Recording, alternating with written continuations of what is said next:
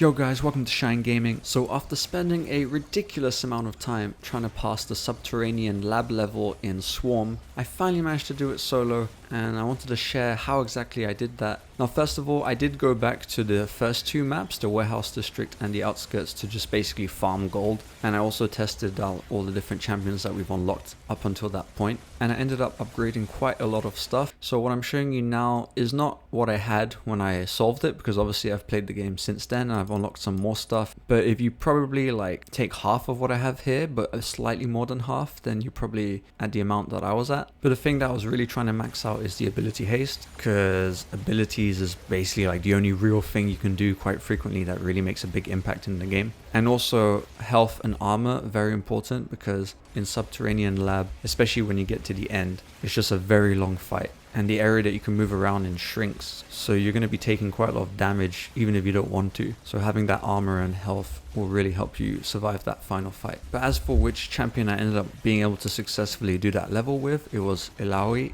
because she's tanky, she has passive health regen, and especially at the boss fight part when you're crammed up, if you ult, you'll obviously spawn loads more tentacles, so your health regen will increase. And basically as soon as the level starts, my main priority is to level up as fast as possible. So I immediately start farming as many of the enemies that I can to get XP. I use the XP to first unlock all the different unique additional attacks that you can have, like the abilities and weapons that you can have with you, because at least those are passive weapons. And what I mean by that is you don't have to actively think about aiming or anything like that. It's just something that's always there in the background dealing damage. So the sooner you get those unlocked, the sooner you can do additional damage without thinking. And then I kind of did a mixture of focusing on health, armor, health regen, and of course just upgrading the weapons. I didn't really bother with movement speed, because the main part that I kept messing up in that level is, well, at first it was at around 8 minutes 30 when all the frogs come, because if you kill them, they leave the red flame on the floor, and if you walk on top of that, you basically take damage. And there's so many of them at some point where basically the whole area, if you're killing them, is just dangerous. So yes, the movement speed would help you kind of run away from them, but at that point in the game, there's nowhere to really run because they're everywhere. And every time you run into them, you do take damage anyway. So I feel like movement speed will just make you die sooner, if that makes sense. But at least with health and armor, if you are forced to walk into them, at least you can take more damage before you die. But hopefully you obviously don't. That's the whole point of this video. And then the thing that I found the most important, and pretty much I only managed to pass this level if I had these particular two power-ups, was one, I think it's called Death and Taxes, the one where when enemies die they drop, well, they're more likely to drop gold. And then the other one is where you heal from picking up gold, because relying on the health packs is quite hard because you don't really find them when you really need them. But gold you can generally find everywhere, and especially if every time you kill, for example, one of the frogs, even though it's dangerous to walk on top of their body because they have the red flame below them, if they're dropping gold and you heal when you pick up that gold, then you can basically very easily just walk anywhere and not worry about killing the frogs and then taking damage from the red fire. You can instead just walk wherever you want and you're just healing. That was pretty much the only way that I was able to pass it solo, is having those particular two power-ups, which you don't necessarily always have, because the Yumi challenge doesn't always give you the same rewards.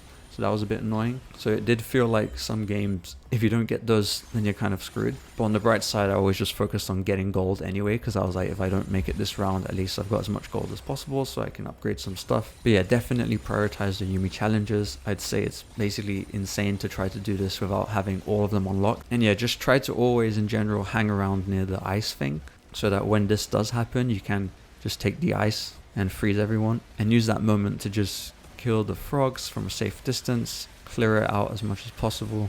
And normally what I'd do is, as soon as I finish using one of the freezing things, I just immediately start moving to the next one, so that it's always there in case there's an emergency, and avoid the narrow places. The amount of times that I died because I went to too much of a narrow place, that was just super frustrating.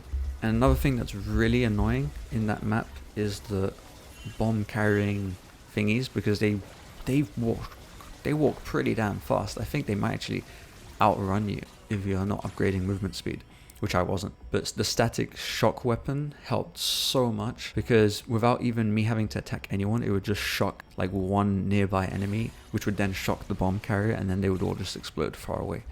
that was really useful. But yeah, I will say this definitely took the longest out of all the levels. The final level was just so much easier. It was insane. I was actually surprised. Like the Subterranean lab level, I probably did more than 20 times.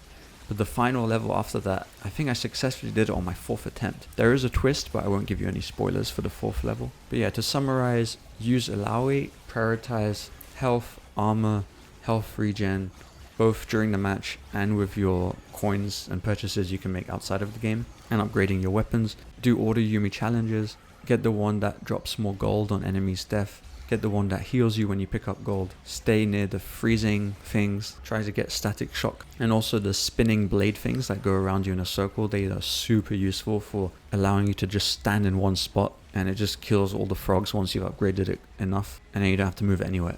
And yeah, good luck. Let me know in the comments how many times you had to do this level, and don't be afraid of going to the easier levels and just farming gold. So yeah, leave a like and subscribe if you enjoyed this video, and see you in the next one. Adios.